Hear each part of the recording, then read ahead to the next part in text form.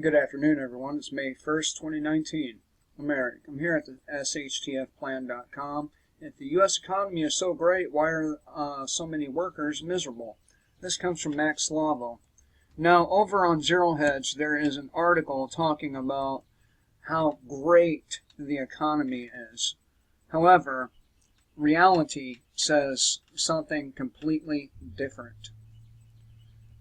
Well, for example, the massive amounts of retail closures that went on in 2018 and has carried over into 2019, and by the time it's all said and done with, more than 12,000 stores will be axed.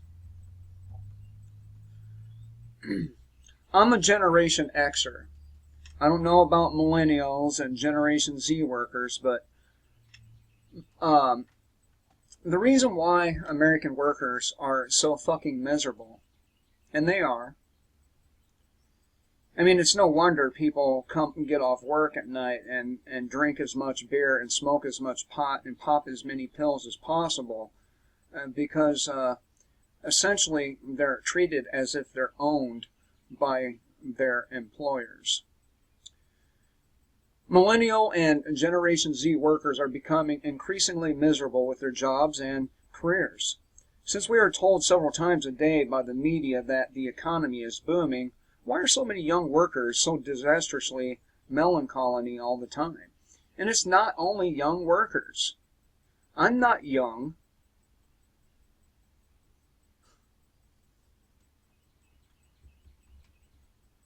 The mental well-being of the American worker hit an all-time low in 2018, according to a report by Barron's. That's a bit shocking considering the economy is booming and wages are rising, right?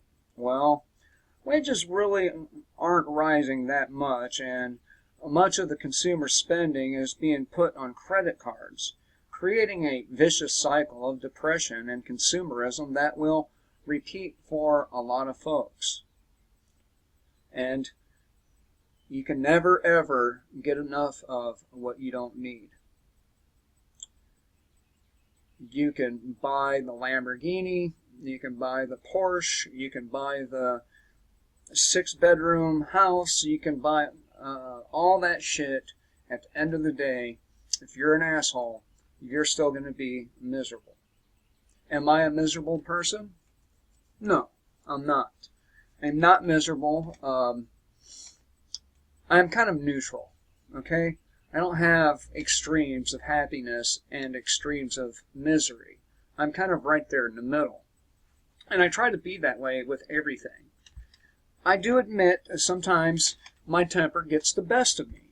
Like when motherfuckers are riding their brakes in traffic, or you have a person going very slowly in the left-hand lane. That tends to piss me off, okay? But overall, I'm right there in the middle.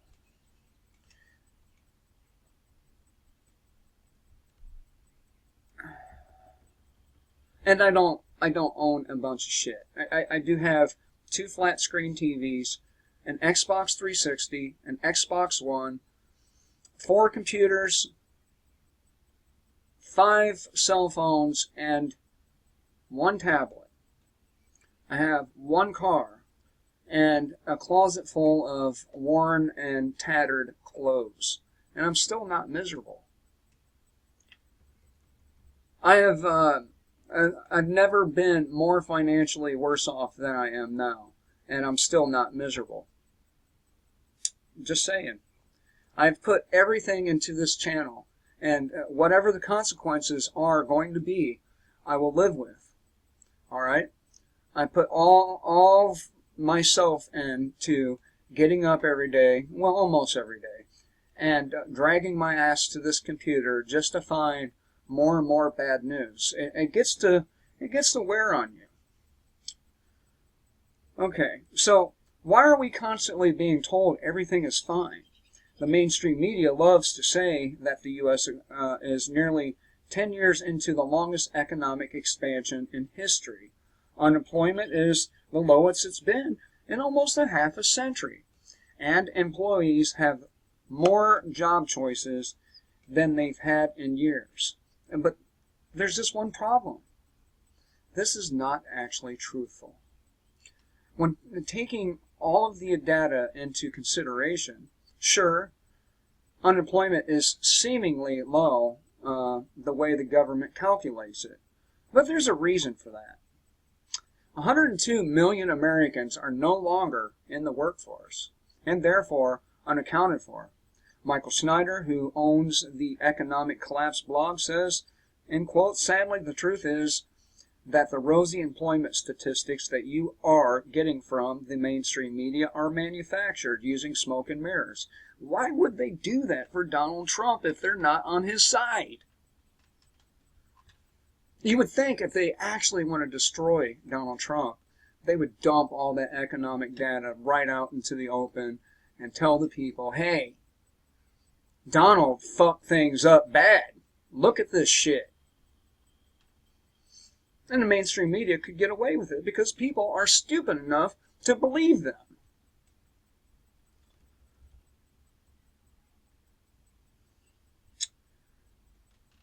When a working-age American does not have a job, the federal number crunchers put them into one of two different categories.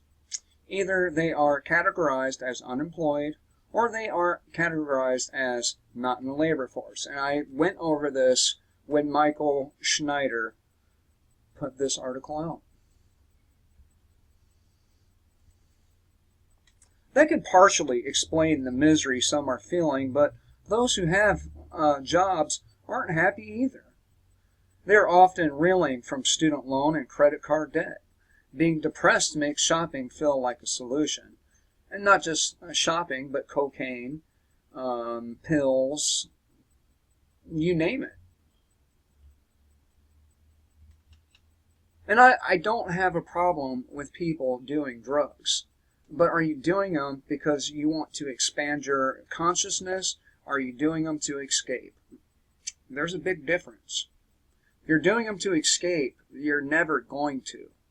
The only way you escape that we know about is death.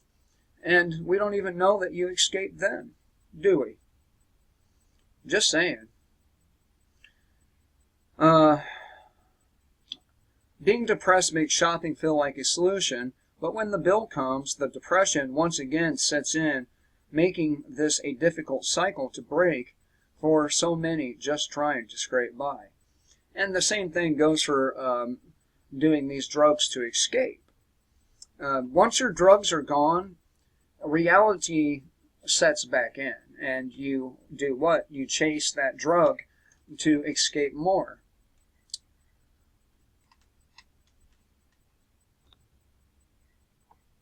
Depression and suicide rates are rising sharply, and other than putting the blame on superficial issues, researchers are at a loss as to the real reason why. But could it possibly be that the elite globalists continue to take over the world and enslave mankind? People are realizing that they aren't meant to be controlled or manipulated, but meant to be free. And more people are beginning to realize this. Unfortunately, it's not the majority, but it will be enough for us to make an effective resistance. Just because one group of people in our society feels like being enslaved does not mean the rest of us should follow them. If they want to be enslaved, fine, let's enslave them.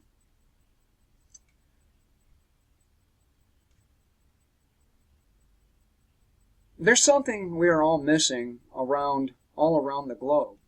Could it be, or could it possibly be, free will and a life of freedom from theft and violent coercion and force that's missing? And that's exactly what it is. People are waking up to the fact that they are slaves. Now, in the last 20 years, the birth rate for whites has collapsed. And the reason this is at the subconscious level, people are seeing their bondage. They're seeing their imprisonment. And human beings that know they're imprisoned do not breed well in captivity. And this is reflected in the old Sumerian stories. So, misery. And it's not just the debt. I mean, really. I have student loan debt. I don't let that shit bother me. You know what it means to me? Nothing. Zero. Nada. You know why? Because it's a scam.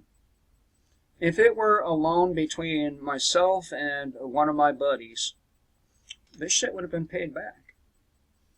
If it would have been a loan between myself and my grandpa, that shit would have been paid back. I'm not paying a giant conglomerate a goddamn dime because it was all a fucking scam, and I'm not paying for it. If they want to come and arrest me for that, that's fine too. I have something for them. Anyway, it's not just about the economy, people. People are miserable because they are beginning to realize just how far into bondage they really are. And that's a good thing. Now, some of these people are going to react in different ways. Some of them will push this shit down and participate in their cognitive dissonance. Others will commit suicide, and yet others will rise to the occasion and fight. And those are the people I'm looking for. I'm looking for people like me. I'm looking for people who do not fall for left-right paradigm bullshit. I'm looking for people who want to put their bodies, hearts, and souls into resisting. Does that sound like you? If it does, hit me up. We have a lot in common. I'm also looking for individuals to join me on this channel. I've just got a little over 1,000 subs. I'm at 1,064, I think it is. And I believe fresh faces and different perspectives would help my channel, and by extension your channel, greatly. So there's that. If you can read, if you can analyze, if you can think, please do join me if this is something you want to do. You are invited. And if you like my commentary, my smart-ass mouth, or anything about me, please do give me a thumbs up, a share, a subscribe. I have PayPal links and Discord links below. Till next time, kill the state, live free.